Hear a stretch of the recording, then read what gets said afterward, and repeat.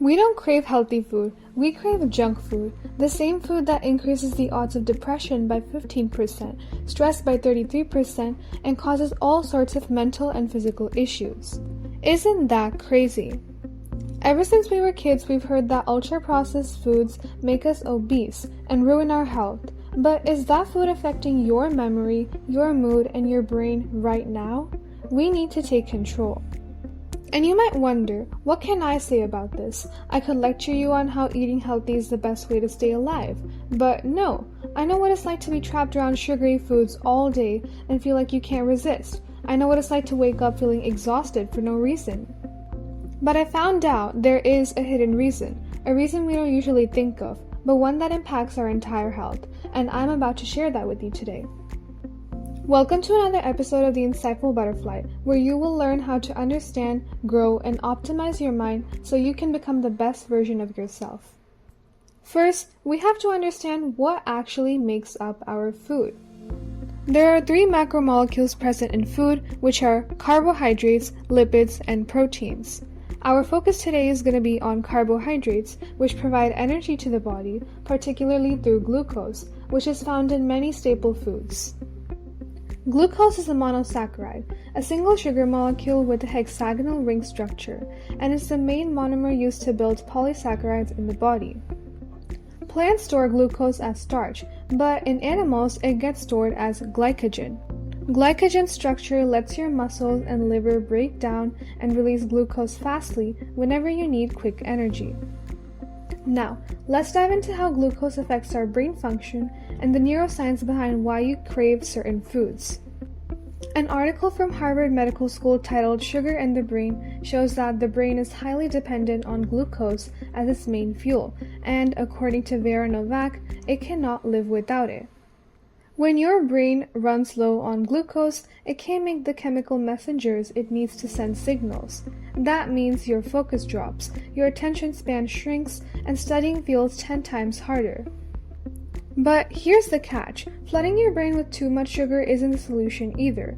Research shows that sugar spikes actually age brain cells faster and mess with your memory. Your brain needs a steady, balanced stream of fuel to keep working right. Spiking it with sugar and then crashing right after scrambles communication between your brain cells.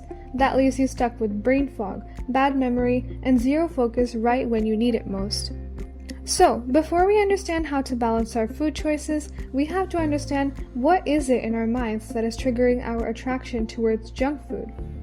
Research has found that foods with high amounts of sugar, salt, or carbs trigger a dopamine surge in the brain's nucleus, the pleasure center, which is the same reward circuit involved in addictive substances.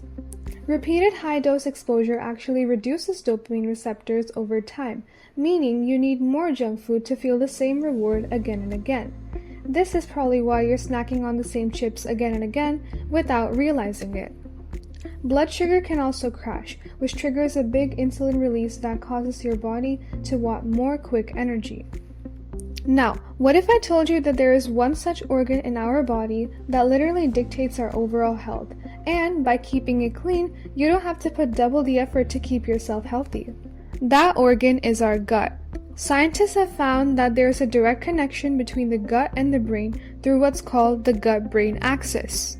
Gut bacteria actually helps produce serotonin, the neurotransmitter that regulates mood, sleep, and appetite. Poor gut health can trigger mood changes, and stress/anxiety can just as easily disrupt gut health in return. This means that if you keep your gut clean and healthy, you will not have to buy expensive face creams or use harsh chemicals on your hair. As they say, an apple a day keeps the doctor away. You won't even have to worry about going to the doctors anymore, unless absolutely necessary. So, now that you've learned what food contains and how to make healthier choices by understanding how your brain works, it's time to come to a decision.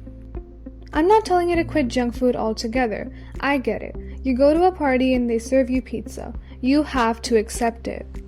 Instead, I'm going to give you guys a simple challenge.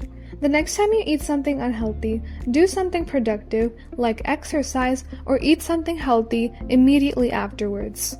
What this tells your brain is that if you eat junk food, you'll have to do something healthy afterwards. As time goes on, you will forget about having junk food and eat healthier food.